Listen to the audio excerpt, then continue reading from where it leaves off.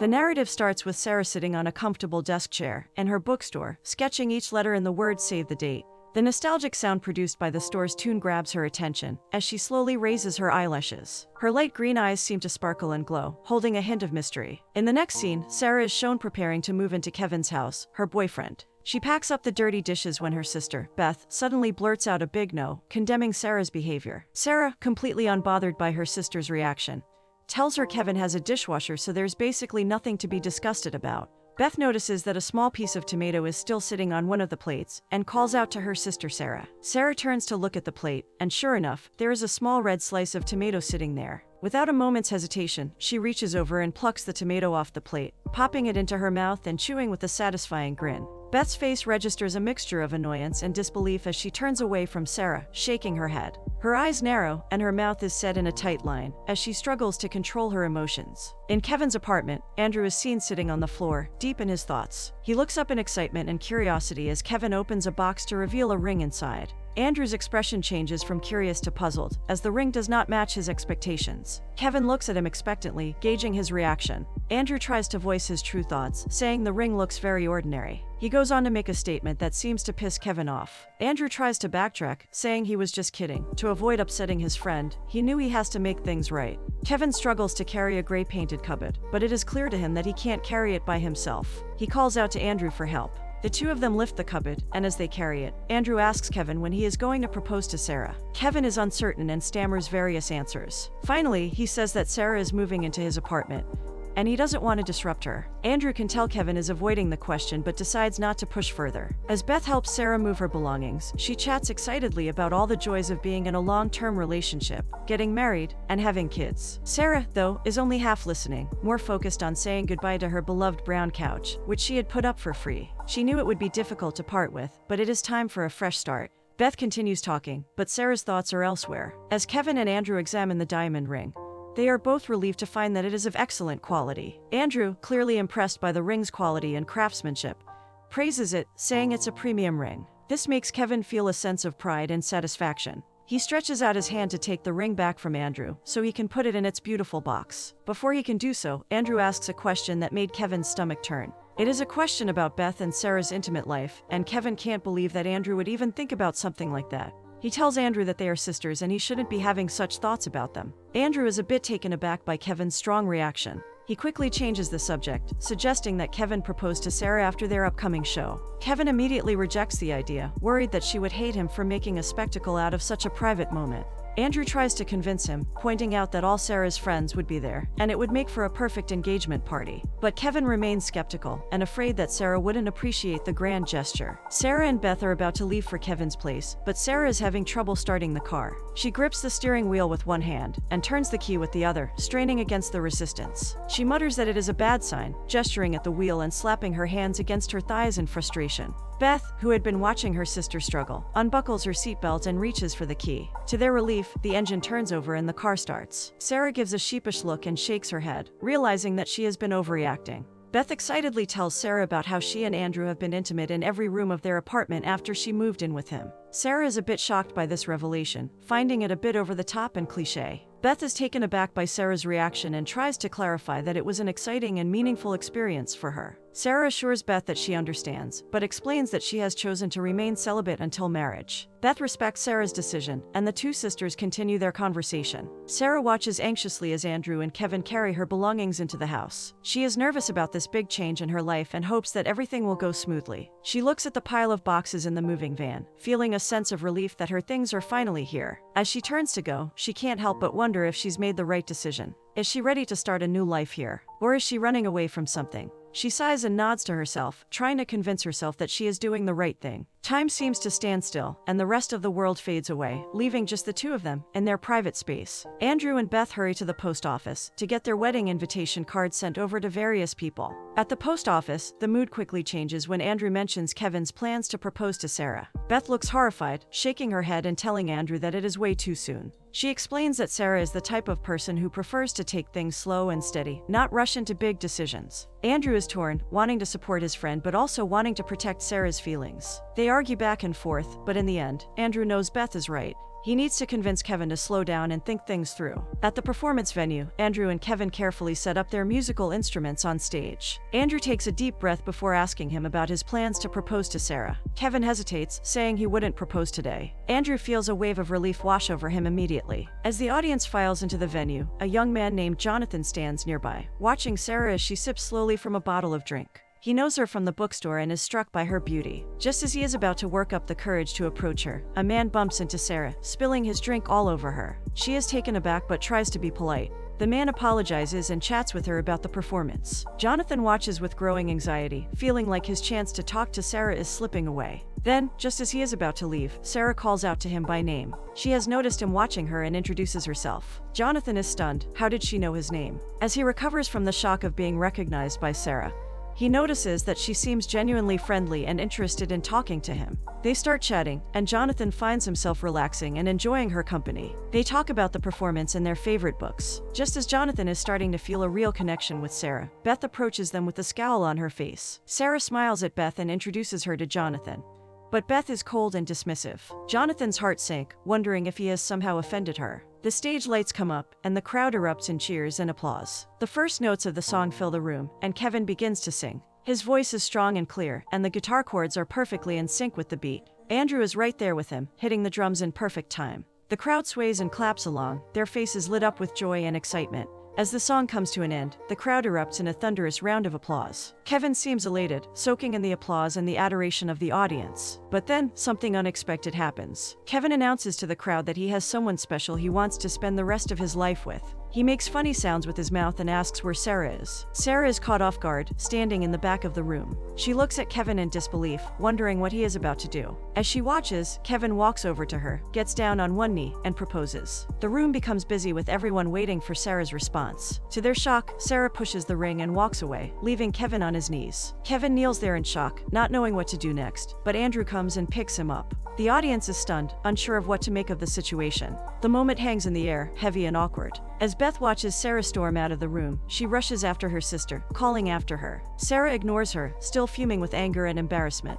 Finally, Beth manages to catch up with Sarah, telling her all is okay and embraces her. Sarah leans into her sister's embrace. The next day, Sarah is looking for a new apartment. She wants to move on and start afresh, putting the whole incident behind her. As they walk, Beth tries to reassure Sarah that Kevin is a good guy and she shouldn't write him off. Sarah brushes her off, saying Beth wouldn't understand what she is going through because she is getting married. Sarah's frustration is clear, but Beth can see that she is upset. So, when Sarah suggests they get something to eat, Beth agrees without hesitation. She knows that sometimes, the best thing you could do for a friend is just be there for them. Sarah arranges books on the shelves of her bookstore, focused and intent on her task. As she works, a shadow falls over her, and she looks up to see a familiar face. It is Jonathan, the same guy she met at the concert. He gives her a warm smile, and Sarah returns the smile, greeting him back. Their conversation flows easily, from their majors in college to their shared love of reading. Just as they are getting into the flow of the conversation, the store bell rings, signaling the arrival of a customer. Jonathan tells Sarah that if she needs help with anything,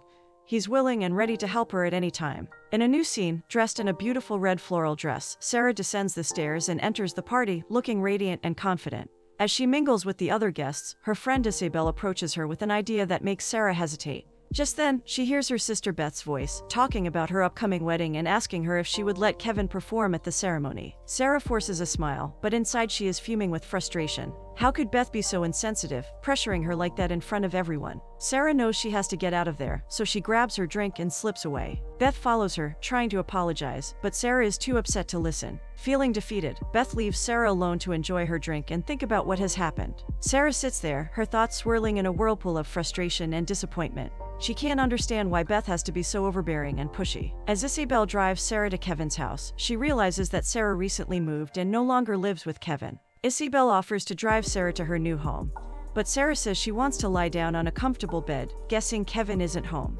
Getting into the house drunk, she sees Kevin sitting at the computer, looking right at her. Kevin gives a confusing look, and Sarah quickly blurts out a lie about needing to pick up her toaster. Kevin approaches Sarah, his eyes soft and sad. He reaches out and embraces her, his arms tight around her. As he caresses her hair, his voice barely above a whisper, he tells Sarah if she's okay with their breakup now, he's going to have to let her go. Sarah swallows hard, fighting the tears that threaten to spill from her eyes. She whispers, with her voice breaking, that she's okay with it. Kevin feels bad about Sarah's response and asks her to leave his house. Sarah sits at her desk in the bookstore, her face a mask of despair. She has a piece of paper and her hand moves across the page, the pencil creating the outlines of herself in a floral dress, holding a toaster. The drawing is a reflection of her feelings of loss and longing. Jonathan, sitting on Sarah's couch, smiles gracefully as Sarah gives him a piece of cookie. She brings out a small gift, beautifully wrapped, and hands it to him. He eagerly opens it and finds a book he has been longing for. He smiles, then looks up at her, his eyes shining. The tension in the room becomes evident, and neither Sarah nor Jonathan knows quite what to say. Sitting on the couch, their palms start sweating, and their minds racing. They keep glancing at each other, wondering what the other is thinking. The silence becomes deafening, yet neither of them can find the words to break it. Sitting there for what feels like an eternity, Sarah finally breaks the silence, with her voice trembling. She asks Jonathan if he wants to dance. He nods. They begin to move to the music, laughing and enjoying each other's company. They both feel the connection growing between them, something electric and unspoken. As the music reaches a crescendo, they look into each other's eyes, and before either of them can think, their lips meet in a kiss. It's brief but powerful. Jonathan pulls away, feeling shy and uncertain. He tells Sarah he needs to take his leave, and she nods, telling him to call her back later. As Kevin's song plays in the background of a new scene, his face flashes on the screen, performing the song for an audience of adoring fans. He plays the piano, with his thoughts everywhere. He misses Sarah. He keeps seeing her in the faces of other women. He goes through the motions of the song, but inside, he is lost in a world of melancholy. The next morning, Sarah and Jonathan wake up, wrapped in each other's arms, being lovey-dovey. Just as they are about to lose themselves in each other, Sarah tells him about her sister coming to pick her up for a family get-together. Reluctantly, they get out of bed, and Sarah begins to look for her cat, Ferdinand, but she is nowhere to be found. Jonathan offers to help her look, but Beth becomes afraid of being late.